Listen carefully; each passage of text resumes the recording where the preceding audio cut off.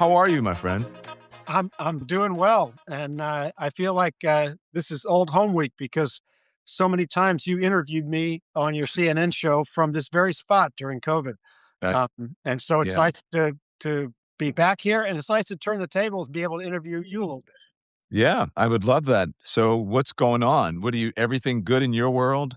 Everything's good in my world. Recovery from leukemia is complete. I just had a 2-year post transplant checkup, got an all clear. It's an important milestone. So yeah, I'm feeling good and just a little concerned about the state of the country as you are. But Oh my gosh. you And know, the State of the Union is coming up. So exactly yeah, and look, it's since we have been, did what we did, a lot has changed, especially as it relates to the media and in the world and with, quite frankly, the First Amendment, I believe. I mean, duh. no kidding, no kidding. Yeah. Well, look, let me start by asking you've just sort of been through the ringer with the president, but and the Justice Department, but my assumption is, and I think most people's assumption is that the case is gonna get thrown out. It's raised your profile. It's probably been good for you on net, raising the amount of, followers. How are you doing, and how has the experience been? Are you shaken by it? Are you, pleased by the reaction, or what? Well, I am a soldier, and, I've been attacked by the administration, as you know, as have you. You have Yeah, been attacked by the administration, but never this way. I don't think they would I'm sure they would have liked to have jailed you or arrested you, but they didn't, that didn't happen. But they went so far this time as to do it. Look, I'm not afraid of this administration, as you know. I am a fighter, and I'm also a journalist. I believe in the First Amendment. I believe in the freedom of the press, and that's what I went to Minnesota to do, and that's what I do. And whenever I go out on any assignment or anything that I'm covering, I'm going there to do the work of a journalist. I was not there in a role as a protester, nor was I a co-conspirator in anything. I was just reporting. The interesting thing is, I was speaking to someone last night who said, Don, I have been embedded with many different organizations. So I don't know if you were embedded or not. I said, I don't really consider myself embedded. I went there to cover what they were doing, and that's what I did. But he said it's not out of the ordinary for journalists to be embedded with groups, even in war zones, right. and they don't get, charged with war crimes if the group that they are with is doing something wrong. So it's a little bit unnerving, but John, this is beyond me. This Yep. is if you have a government who can decide which protests you can cover, which you can't, much as what they're doing, at the Pentagon, you have to show us what you're reporting before, and it has to be approved. If they can do that, then this whole thing is over. The First Amendment is the underpinning, is the bedrock of our democracy. And if they get to decide that, then we're Well, screwed. We're up shit's well, creek, as they say. let me ask you about part of that bigger picture because you're well known. You've done very well in this business. I would imagine it's been a tougher experience for Georgia Ford, and I don't know how close you are to her, or if you know her well at all. But how is she doing? I think she's doing okay. I had did we Our court dates were not on the same, not at the same time. I only met her that day, I believe. I can barely even remember meeting her, but she we just happened to be in the same place. But I'm sure we met that day because she was covering it and I was covering it, but she was doing her business and I was doing my business. So it Right, wasn't like, we were kikiing and ha ha. And I had never met her before. I didn't know that much about her work. There right, was someone who came on who was like a local leader who came on to my show. Um, Either the Thursday or the Friday before I went there. I went there on a Saturday, or a Sunday. I went there on a Sunday, and I think I decided to go on a Friday. But anyways, a Thursday, um, I interviewed someone on a Thursday, and they said these two people are doing great work in Minnesota. If you're going, these two people are doing great work, and you should have them on your show.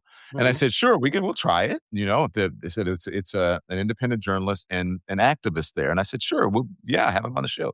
And they gave me the information for these two people, Nakima, who's the person who was doing leading the protest, and Georgia Fort, who was the independent journalist. And I had them on the program, first time I'd ever seen or heard of either of them.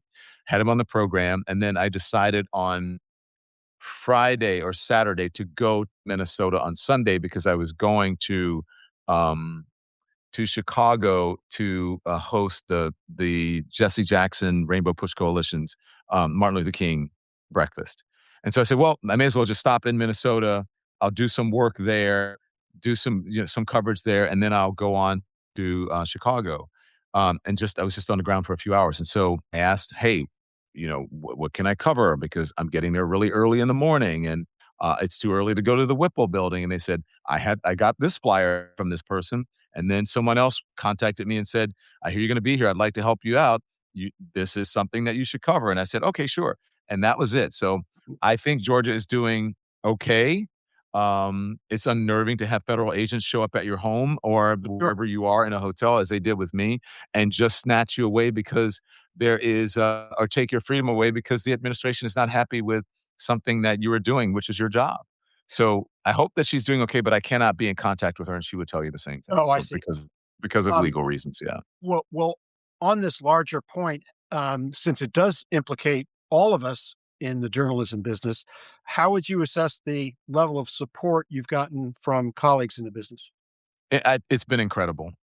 The level of support has been incredible. When I got out of the, holding facility or detention in Los Angeles, I was floored by the world that I walked into. It was like John, it was like the Twilight Zone. Like, I went into the thing, 12 hours earlier, however it was, and life was in a different way, and then, something else different, and then I walk out, and there are throngs of photographers and reporters and paparazzi, and helicopters are in the air following me down the interstate. It was unbelievable.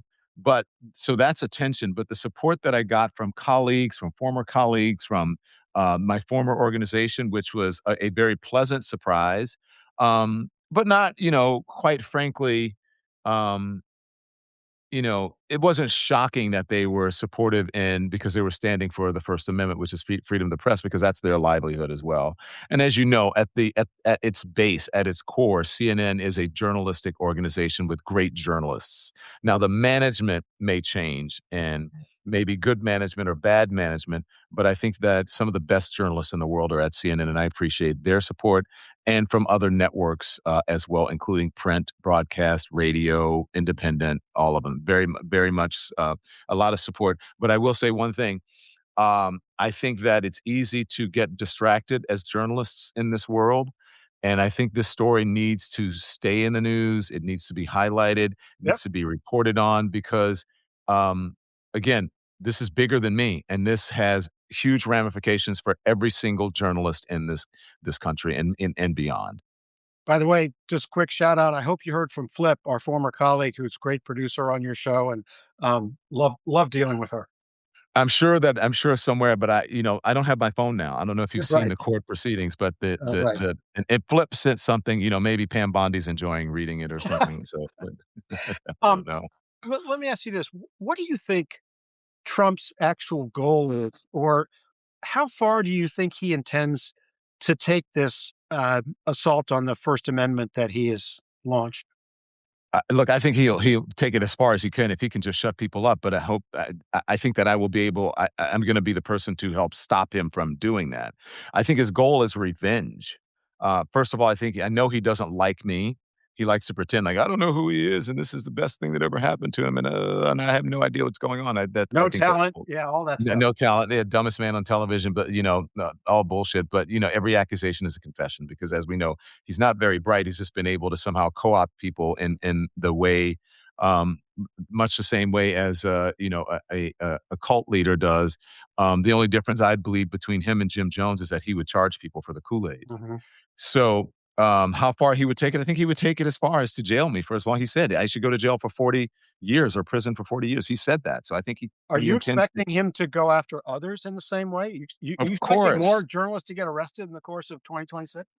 Look, I don't know. I expect him to try to do it, but I don't think that they will have much success with it, and maybe they will back off on others, but not this one because they have to prove a point.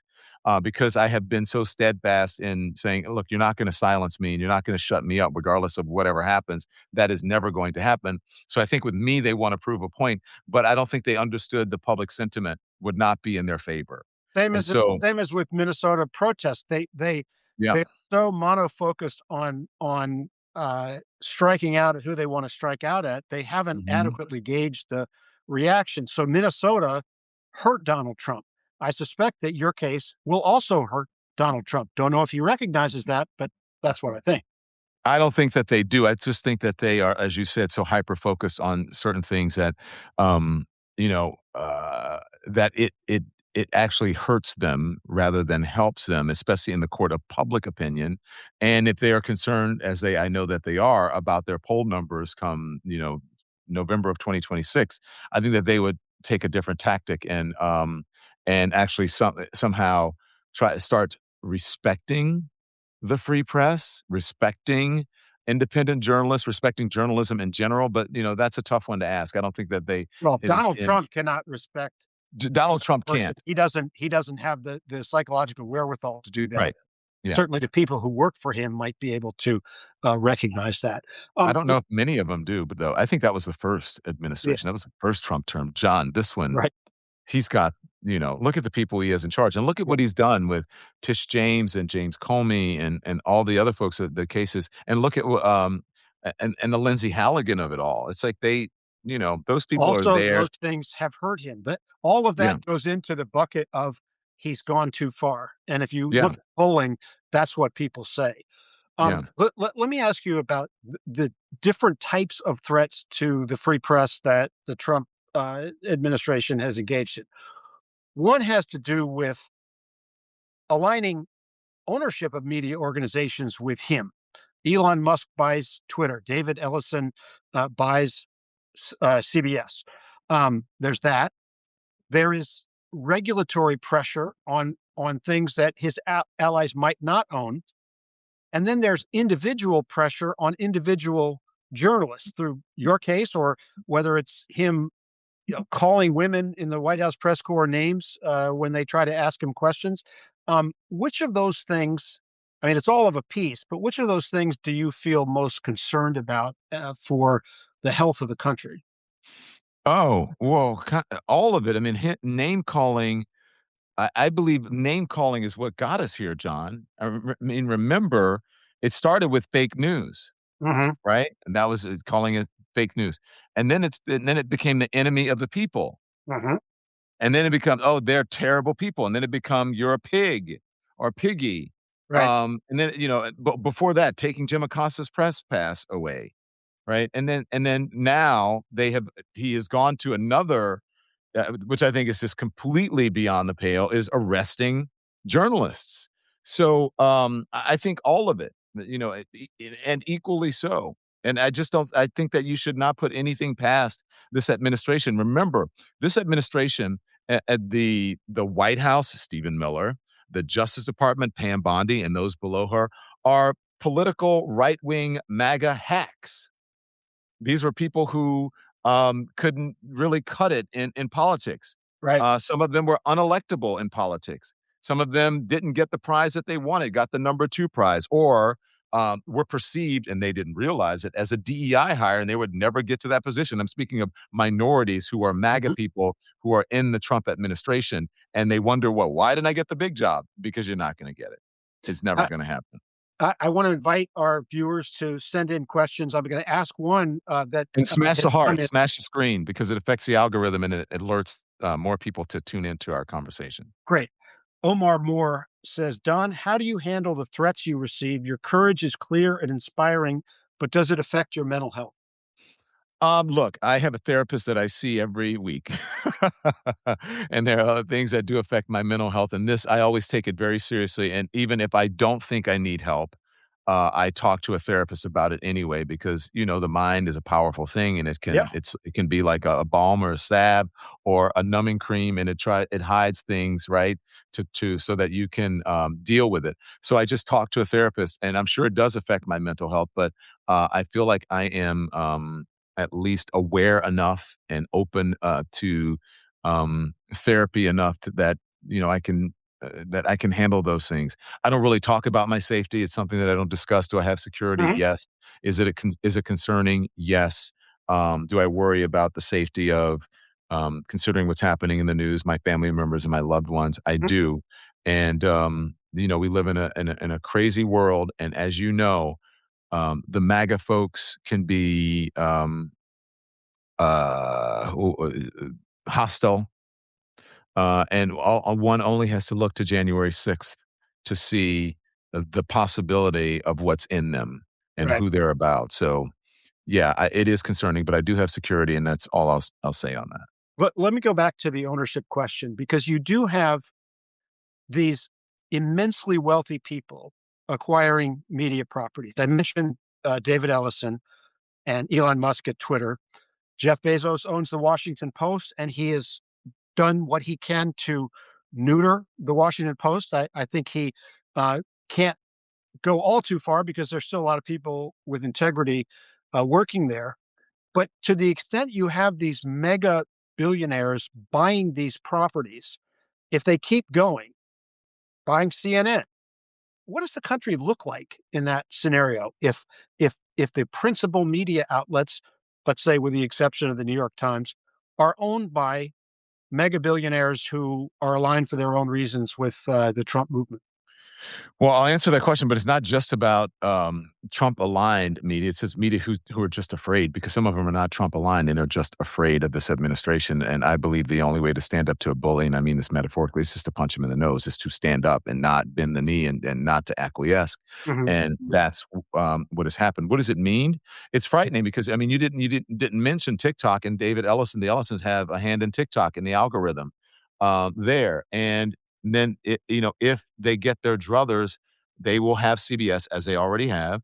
They will possibly have CNN if they buy Warner Brothers Discovery, and so they will own a large swath of the journalistic organizations in this country.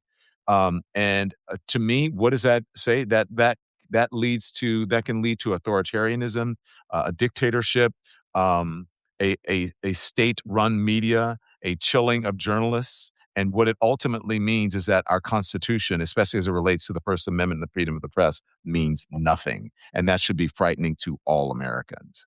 You mentioned people who are not necessarily aligned with Trump, but knuckle under anyway. As you consume media, including our former employer, CNN, and others, to what degree do you think there is self censorship going on that changes the product that people see? I think there is look, I can speak to my time there and your time there. I think that, um, when we were there was a lot of self-censoring that was going on because the edict was and it's not just us saying it, it's not rumor, it was they said it, management said it, the corporate owners said it, the overlords said it, "We wanna move CNN to the right." Mhm. One of them said, "We want CNN to be more like Fox News." And that's Right. what happened on the air. And so I do was I cognizant of that? Yes, when I was there. Did I, allow myself to go down that road? No, because I know that truth matters in news. False equivalence does not is should not be a thing.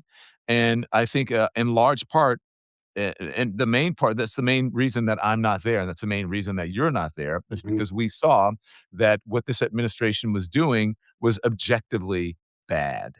And not only that, but what MAGA is doing and the type of people who are in MAGA and their beliefs about what the country is. And again, look to January 6th to see if it doesn't go their way, then they're going to maybe beat it out of you or break into whatever it is and turn it into what they want. And so those things are objectively bad.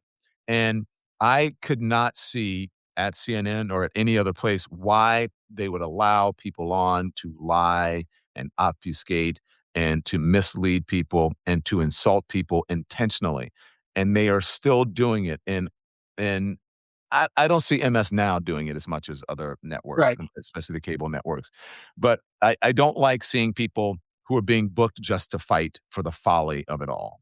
Yeah. And so I think, Who are self-monitoring or what playing a role, a who predetermined role that is yes. irrespective of what the truth is. Right. And so, yeah, I had Sam Harris, you know Sam Harris, right? Mhm. I had Sam Harris on my show, on my YouTube show, and Sam Harris and I had a disagreement about, white men being discriminated against. He said something like white men are discriminated against the most in the society right now. And I was like, Sam, you don't really believe that. And we had an organic disagreement, but that's not the reason I booked him was to fight with him about that. Right.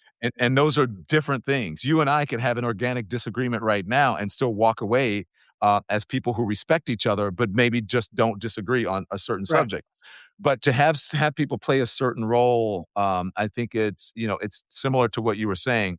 That is a way of, bending the knee and self-censoring, etcetera. So, to what degree is self-censoring going on? I think there's a lot of self-censoring going on The because people need to keep their jobs. It's understandable. People wanna pay their mortgages. They wanna send their kids to Sure. school, and they understand if they sometimes if they speak the truth, the bosses may not like it, and they may be worried about their jobs. So, I I understand that. I'm the first one to say it's a lot easier for me because I'm at the end of my career. I don't have to worry about several decades of providing for my family. That's already been done. Mhm. And so it's a harder call for younger people. What did you make of the uh, Stephen Colbert, James Tallarico interview where he said the CBS lawyers said you can't put it on TV. CBS said, "Oh no, no, we didn't say that. We just said he might trigger the equal time requirement and force us to do something else." What do you think about that? Well, a couple things. Number 1, you've heard of the Streisand effect, right? And which similarly is what happened to me. It's what happened to Jimmy Kimmel and others. It's like, they say, "You can't do this," and they try to silence someone, but then they ultimately elevate them because the public, the real public sentiment, the majority of this country does not want censorship, and they don't want people moving organizations to the right or trying to change what journalism means or any of those things. And by the way, hold that thought because I want to add something to that. However, I think so. There's a Streisand effect, and what they've done is they have elevated James Tallarico Hmm. in all of this. But I do think that James Tallarico is right in that perhaps, the motivation behind this from Brendan Carr and others was that they're concerned about Texas, Hmm. and they understand that their livelihood and their power relies on the position that they're in and the person who has put them in the positions that they're in, and, which is all of them from Stephen Miller on down, from JD Vance on down, is Donald Trump. And if Donald Trump is no longer in power, if he is no longer seen as the American God King, then they will no longer hold power because Right. the moment the Congress and the Senate, one or both, changes, then it's over. Donald Trump's a Yep. lame duck, Right. and they're lame ducks, and they're also in jeopardy of being impeached, prosecuted, and et cetera, et cetera, et cetera. So I think that is the real concern behind this whole thing with Tallarico. This isn't journalism exactly, but there was a bizarre uh, statement today from Kevin Hassett, who's the head of the Council of Economic Advisors to President Trump, and he criticized as an embarrassment a new report by the New York Federal Reserve saying that American businesses and consumers pay 90% of tariffs, which is something that everyone in the Dude. economic profession, except for a few crazy outliers, understands. CBO said it's 95%. But Kevin Hassett came out and said the people who wrote that report at the New York Fed should be disciplined. That shows you the mindset of the attempt at control of what people think and what they put out into the world. Yeah, but is that surprising? People who the authors of this New York Fed report or this Fed tariff study, that they should be disciplined. Journalists should be prosecuted. Right. Um, People who are, his perceived political rivals should be prosecuted, impeached, jailed, or whatever. It is if you d what does that say? That's what I mean. That's what I said earlier. This is authoritarianism. This is a dictatorship. If you don't like something for people who are just doing their jobs, then you try to take their freedom away or inhibit their freedom or their power in some way, or just, their being in some way. And so, look, it's terrible, but Kevin Hassett is just, he's just spouting the same things that comes from the top. And so there you go. But the one thing that I said to hold that thought Yeah. is that Donald Trump wants to be able to control who is considered a journalist. And if they can do that, they can decide a lot of things about what journalism is. So they want to say independent journalists are not journalists because they're not with blah, blah, blah, blah, blah. So that is something that I wanted to point out and I forgot about. But Sure. I don't know if you agree with that. I do. I think that's what it is. Yes. Uh, we've been talking about journalism writ large and reporters as a group, but you alluded to race. And it seems to me that certainly in the last couple of months, Trump and his movement have been increasingly overt about the nature of their project. And their project has to do with preserving the privileged position of whites in our country, white supremacy. Mhm. How much do you think your race and Georgia Fort's race went into the decision to target you as opposed to anybody else in journalism? Well, you know the answer to that. I Mhm. mean, just look at Yes, but I'm trying to get you to say. look at the people who were arrested or who were detained. Look at the journalists who have been arrested and detained. Look at the majority of the people who were arrested and or detained or who are being prosecuted right now. I think it speaks for itself. And look, this administration did not make a secret about how it felt about what it called DEI at the very start of it. I mean, it started before with Project 2025 that Donald Trump denied, and then all of a sudden he's implementing everything about, They you blamed the know, plane crash in the first week on DEI. that's what I'm talking about. And then they said, do you remember in that press conference when they said that white people, especially white men, were had applied for jobs and were turned down because they were white, and that underqualified black people or the people of color got the jobs, and there was no evidence to support it. So they are saying it very plainly. So look, you don't have to ask me the question. I think it speaks for itself. And look at this administration. How many black people are in this administration? There's one, it's a housing and urban development, and that Right, usually goes to a black person, right? It was Ben Carson before or right. whatever. But look at it. If you look around that table, the people who are glazing him and kissing his butt, they're all white people. And some of them are, Latino still, not black. Mhm. Some of them are at least one or two, maybe Indian American, again, not black, not African American. So, yeah, I think it played a role. Absolutely. Let me just ask you a question about the audience they're appealing to with this, and take it from a little bit of an unusual angle. Um, Certainly, we have a lot of malicious actors, racists in the administration. Donald Trump is a racist. But when you think about the people that they're talking to, do you have any empathy for people in the country who think the country that they thought was theirs is being taken away? Like the fear part of it. There's some people who might be terrified about what's going to come. How do you process that? Do you have any empathy for that? I don't know if empathy is the right word, John. Do I understand it? Yes, I think it's frightening to anyone whose power um, is they perceive that their power is being taken away. But I believe that these are grown people, and they have free will. But I do think that they have been co-opted by, a swindler, a Hmm. snake oil salesman, and it's easy to get people to believe that if they haven't achieved a certain station in life, or if they were living a certain way, let's say they worked in a coal mine, Hmm. or they worked in a department store and and they're downtown, and all of a sudden those jobs go away, and they have not been retrained or reskilled to do other things. The easiest thing to do is to blame someone else for your own Right. lack of achievement, and quite frankly your own failures. And so I think that it is human nature to look outside of yourself Hmm. and to blame others, and the easiest people to blame are the people who look like others, who don't look like you, and Donald Trump capitalizes on that. It is the blacks who are taking your jobs. Of course you're qualified. But they needed to hire a black, or of course you're qualified. And even, frankly, they needed to hire a woman. Of course you're a qualified white man, but they needed to Or hire housing costs are too expensive because Latinos are or competing for buying yeah, homes.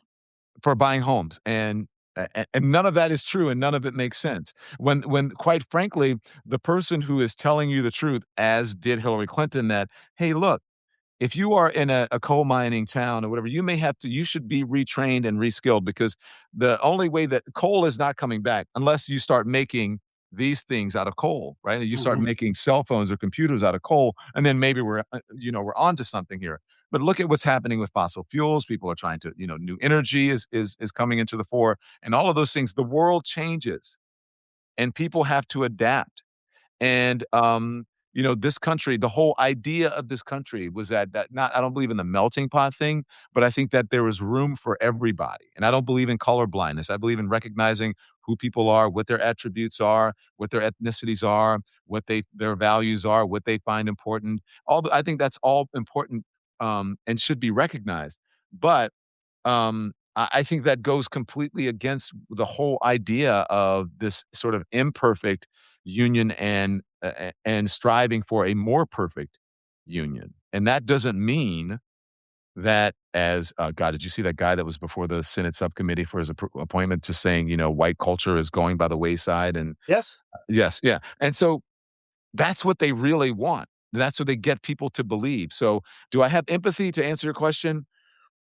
Um, I don't know if I have empathy, I have understanding. So if that's being, empathetic, or I feel like I am an empath in certain ways, but I understand why they're doing it. I don't agree with the reasons that they're doing it. Um, a question came in from the viewer who calls himself Disgruntled Gardener, and this is, I think, directed toward the oligarchs, not the rank and file you and I were just talking about, but the people with a lot of money who are behind Trump.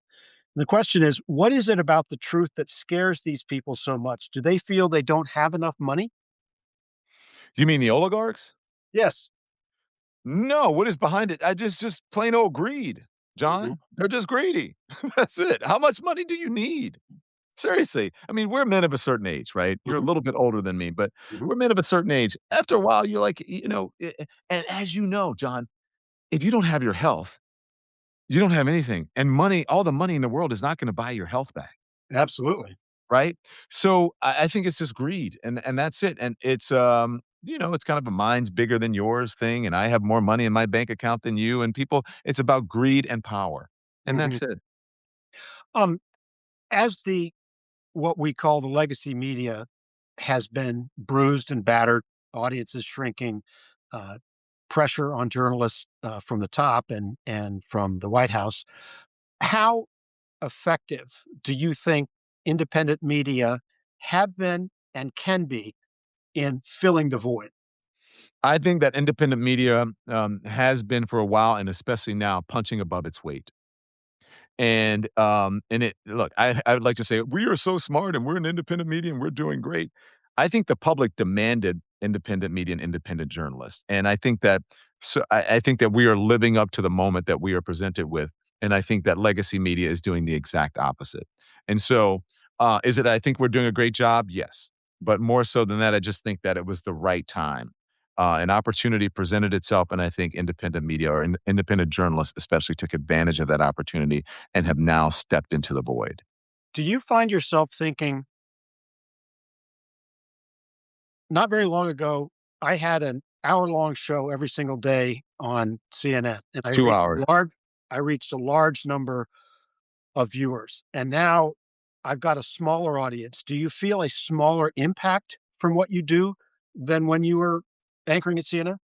So, here's the thing, I don't have a smaller audience, I actually have a bigger audience. That's the thing that people don't realize.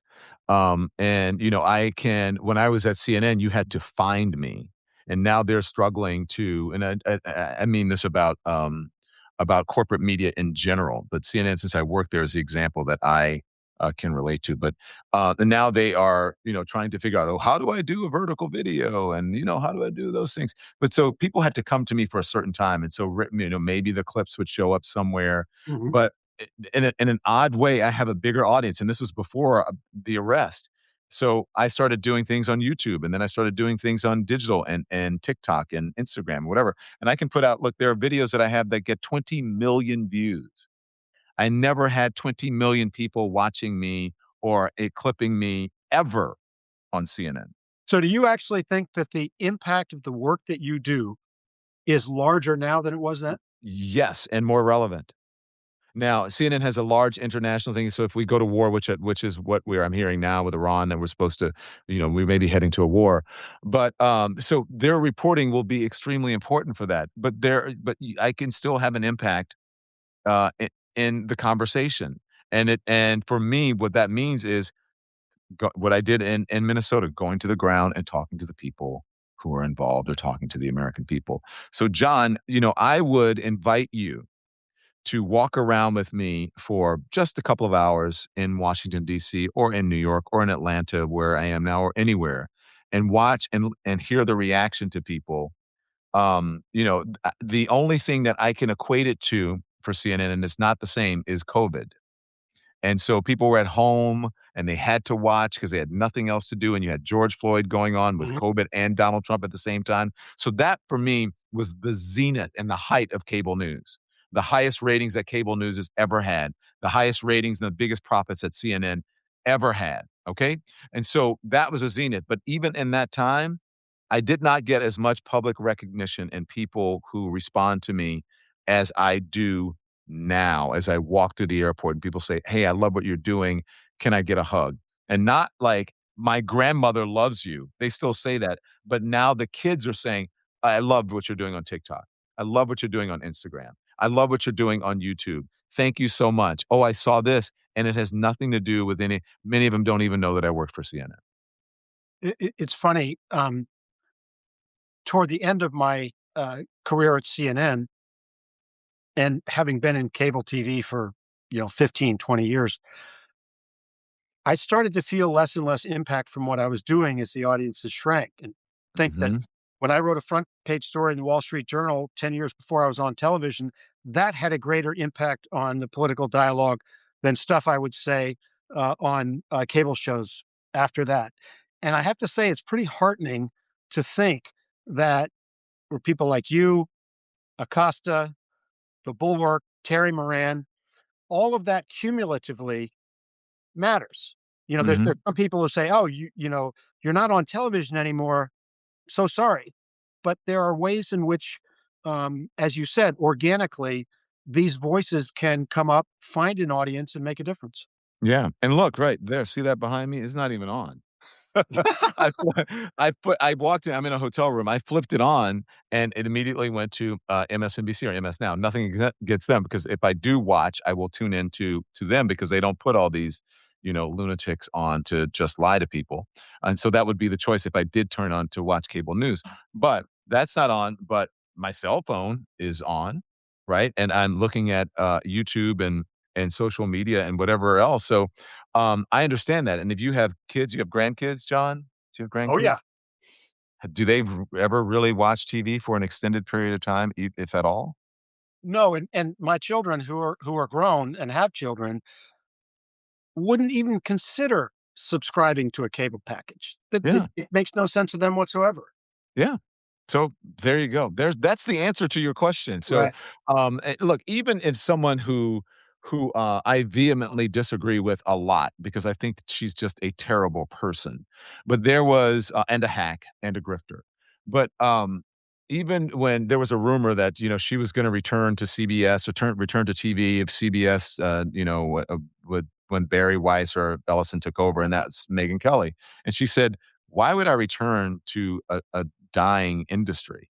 right, And she's not wrong. I That's right. something that I have to agree with her on. Like, why would you return to that? Now, if there was if a cable company offered me, a Rachel Maddow type, contract, I don't know if I would turn it down, but I Mhm. certainly would not want to do something for, a certain period of time every single night just to go on or whatever. It'd have to be on my terms and something Don similar to what I'm doing now. Don, I've kept you longer than, we talked about. I wanna urge everybody to subscribe to Don's Substack, The Don Lemon Show, Zateo.com, and my column, The Stakes, um, and we'll see if we can keep making a difference. And Don, I thank you so much for having the conversation. Yeah, thank you. And look, I want to tell everybody to subscribe to your Substack and also on whatever platform you're on, support independent journalists, okay? Because it's important. That's how we stay viable is through your generosity and through your support. So go to the Don Lemon Show, become a subscriber. It's free, or become a member on the Don Lemon Show and Substack. Become a paid member or the free member. So whatever you do, and go to all the platforms, all the social media. I'm on Substack, Instagram, TikTok, Facebook, Twitch. YouTube, all of them, and just subscribe, and just because that does help us. And it's tough out here because we don't have the big corporate contracts, right? But we don't have the corporate influence, so we can give it to you without the gatekeepers whispering in our ear. So it's been a pleasure, John. It's so good to see you, and it's so good to see that you're doing well health wise, professionally and personally. Thanks so much, Don. Talk to you soon. Thank you. Thank you. Thanks so much for watching, everybody. Your support means the world to us. Don't forget to hit that like button and subscribe so you never miss a show. We're live every weekday at 10 a.m. and 5 p.m. Eastern Time with new clips dropping at 2 p. and 8 p. And if you want even more Don Lemon Show content, join the Lemon community. Members get exclusive posts, behind-the-scenes videos, and live chats just for you. So hit the join button or visit our channel page to sign up.